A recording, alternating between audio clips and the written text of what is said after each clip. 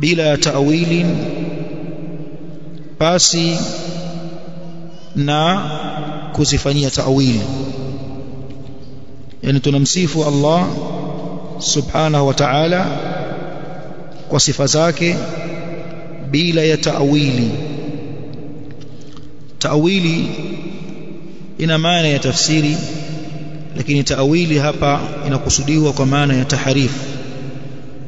Bila ta'wili, bila ya kuzifanyia ta'wili hizo sifa, kwa maana tukazikengeushia maana,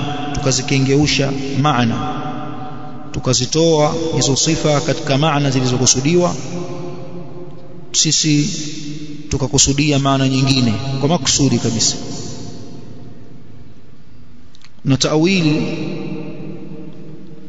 ipo ya kilafdhi na ipo ta'wili ya kimaana. Mfano katika sura Taha aya ya 5 Allah anasema Ar-Rahmanu 'ala al-'arshi istawa.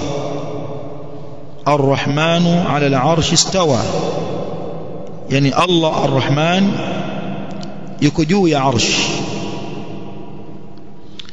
فإذا قال قائل, hivyo atakaposema msemaji istawa, maana yake sio kwamba iko juu ya arsh, maana yake ametawala juu ya kiti chake cha enzi, ametawala juu ya kiti chake cha enzi. Hii ni ta'wili.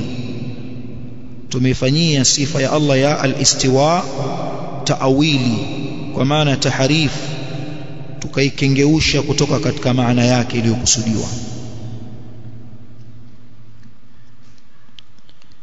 Katika aliyojisifia Allah katika Qur'ani, mfano ili tuliweke sawa hili na kuliweka wazi, amejisifia kwamba ana mkono, bali ana mikono miwili.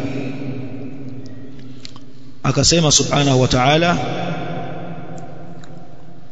ewe Iblis, ya Iblis, ma mana'aka an tasjuda lima khalaqtu biyadayya.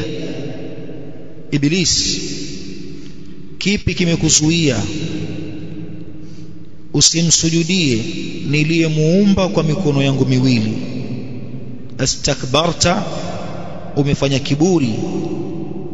Am kunta min al-alin, au wewe ni miongoni mwa wanaojikweza? Kwa hiyo Allah katika hii aya akajithibitishia sifa ya kwamba yeye ana mikono miwili,